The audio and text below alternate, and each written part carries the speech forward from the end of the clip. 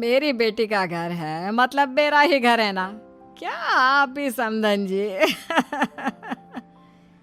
हाँ हाँ, वो बात भी सही है आपकी। ये तो आप ही का घर है, जब चाहे मुंह उठा के आ जाया कीजिए, कोई दिक्कत नहीं। ये कहानी है त्रिवेणी की, जिसकी बेटी मालविका की शादी अर्जुन से होती है। अर्जुन एक बहुत ही बड़ा बिजनेसमैन होता है और अर्जुन और मालविका को कॉलेज से ही एक दूसरे से प्रेम होता है। अपनी बेटी महलों में ब्याही गई है, इस बात का पूरा फायदा उठाती है त्रिवेणी, क्योंकि त्रिवेणी को पहले से ही चोरी करने की आदत होती है और अब वो अपनी बेटी मालविका के ससुराल में बार बार जाकर चोरियां करना शुरू कर देती है। तो चलिए देखते हैं कि कैसी है इस बिगड़ी हुई माँ की कहानी। मम्मी, सासू माँ, ये लीजिए नाश्ता। माँ, ये बिस्किट्स आप मत खाइए, ये शुगर फ्री बिस्किट्स सासू माँ के लिए हैं, इन्होंने खास विदेश से मंगवाए हैं। अरे रहने दो मालविका बहू, पूनम रायचंद का दिल बहुत बड़ा है।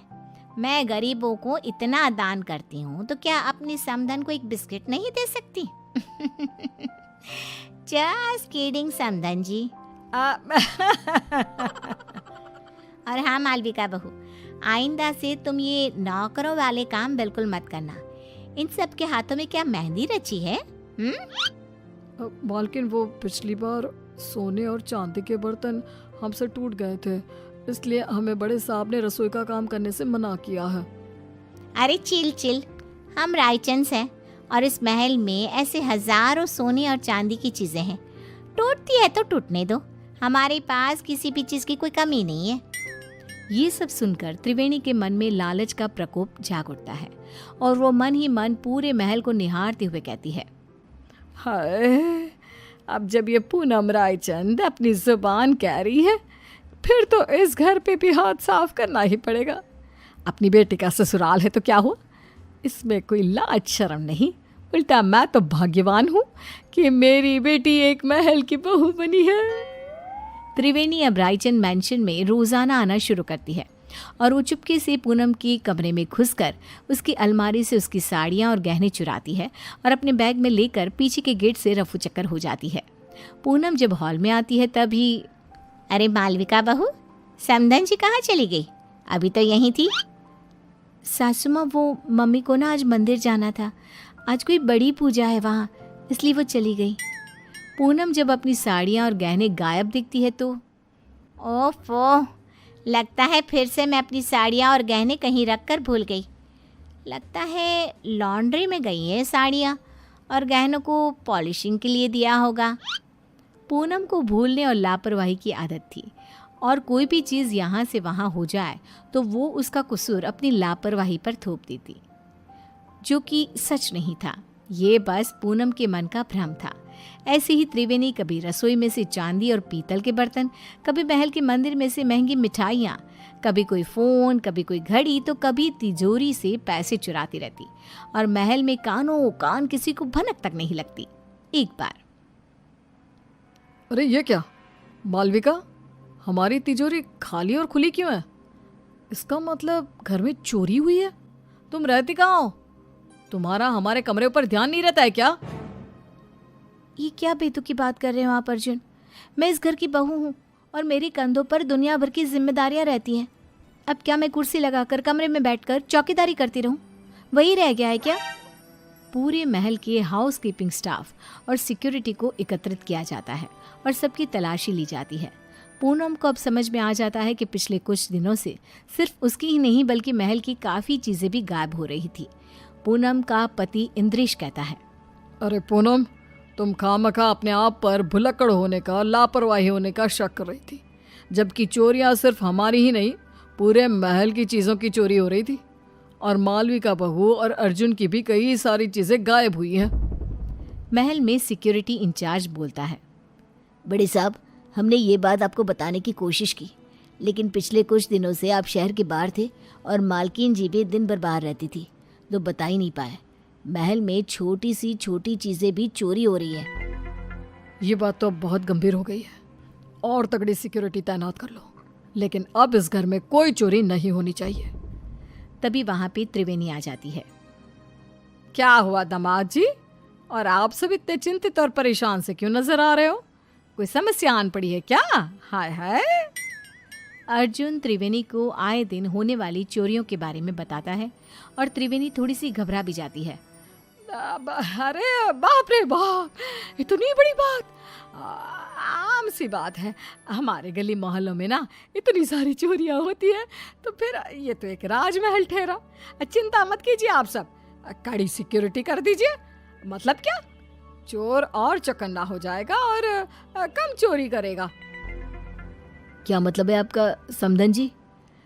हाय हाय, अरे गधेड़ी बेवकूफ त्रिवेणी, ये क्या बोल रही हो? बैल, मुझे मार जैसी समस्या खड़ी मत कर त्रिवेणी। समधन जी, किस सोच में डूब गई आप? अब कुछ भी तो नहीं समधन जी, समधी जी, मैं तो बस ये कह रही हूँ कि आप अपना सारा सामान सहज के छुपा के रखिए, इसमें भलाई होगी आपकी। पूनम को त्रिवेणी के इस व्यवहार पर थोड़ा सा शक आ जाता है। त्रिवेणी अब से रायचंद मैंशन में आना जाना कम कर देती है अपने घर में। बस अब अपना अगले कुछ दिनों तक का स्टॉक तो मैं भर लाई हूँ। अब वहाँ रायचंद मैंशन में मामला काफ़ी गर्म है। जब तक वो ठंडा नहीं हो जाता, मैं वहाँ तीज त्योहारों में ही आया जाया करूँगी, क्योंकि अगर मैं वहाँ गई तो चाहे मैं एक चम्मच ही क्यों ना लूँ, उसे भी चोरी करने से अपने आप को रोक नहीं पाऊंगी। क्या करूँ, आदत से मजबूर जो हूँ। और बेवकूफ रायचंद, उन्हें तो पता भी नहीं कि आस्तीन का सांप रोज उनके घर में आकर चोरी करके जाता है। बेचारे जितने माला माल हुए उतने ही कंगाल भी हो गए। महल में एक नौकर पूनम के पास जाकर उससे कहता है, मालकिन, मुझे ना आपको एक बात बतानी है। वो दरअसल छोटी मालकिन की मम्मी यानी कि त्रिवेणी जी को मैंने अपनी आंखों से चोरी करते हुए देखा था। क्या तुम घन चक्कर हो क्या? तुम्हें ये बात मुझे पहले बतानी चाहिए थी ना। मुझे वैसे भी उस सो कॉल्ड समधन जी त्रिवेणी पर शक तो आ ही रहा था, लेकिन कंफर्म नहीं कर पा रही थी मैं आपको ये बात पहले इसलिए नहीं बता रहा था क्योंकि मेरे पास कोई सबूत नहीं था और आप मेरी बात पर विश्वास भी नहीं करते। और तो और त्रिवेणी जी इतनी चालाक हैं कि उन्होंने महल की उन्हीं जगहों पर चोरी की है जहाँ सीसीटीवी कैमरा नहीं है।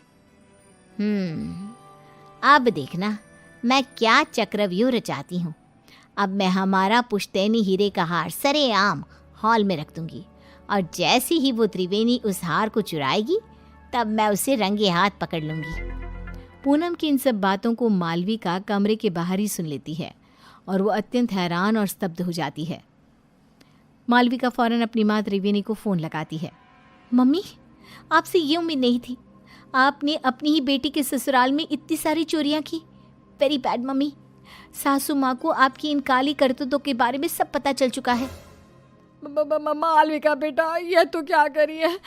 मैंने कोई चोरी चकारी नहीं की यार। मुझे आपसे कोई बात नहीं करनी, बाय। मालविका इतना कहकर फ़ोन कॉल कट कर देती है। त्रिवेणी अब पूरी तरह डर चुकी थी। वहीं रायचंद मैंशन में पूनम हॉल में खुले आम पुश्तैनी हीरे का हार रख देती है और त्रिवेणी को न्योता देने के लिए फ़ोन लगाती है। त्रिवेणी पूनम का कॉल देखकर कांपने लगती है। पूनम रायचंद का कॉल, मेरी तो आज शामद है। अरे आज सूर्योदय किसी और दिशा से हुआ है क्या? त्रिवेणी मेरा फ़ोन नहीं उठा रही। खैर, वो वैसी भी आज आने ही वाली थी 2 बजे तक। अपने आप आएगी और सारी चोरी सीसीटीवी में रिकॉर्ड हो जाएगी। पूनम अपने कमरे में आराम करने चली जाती है और सभी नौकर भी भोजन करने जाते हैं। तभी वहाँ पर बालकनी से एक चोर आता है और वो पुश्तैनी हीरे का हार चुरा कर ले जाता है। और बाद में जब पूनम ये सीसीटीवी में देखती है तब, ये क्या? ये तो एक आदमी चोर है। अरे नहीं, ये क्या कर दिया मैंने? तभी पूनम का फ़ोन बजता है और उसे एक वीडियो मैसेज आता है जिसमें त्रिवेणी का वीडियो होता है। क्यों समधन जी, आपको क्या लगा आप मुझे पकड़ लोगी? लेकिन मैं तो चली 7 समंदर पार। अब आप मुझे कभी पकड़ नहीं पाओगी। मेरी मालविका का ख्याल रखना और अपने सामान का भी। त्रिवेणी, तुम्हारी इतनी हिम्मत! पूनम गुस्से में फ़ोन पटक देती है और वहाँ त्रिवेणी एरोप्लेन में उड़कर सारा चुराया हुआ सामान लेकर रफू चक्कर हो जाती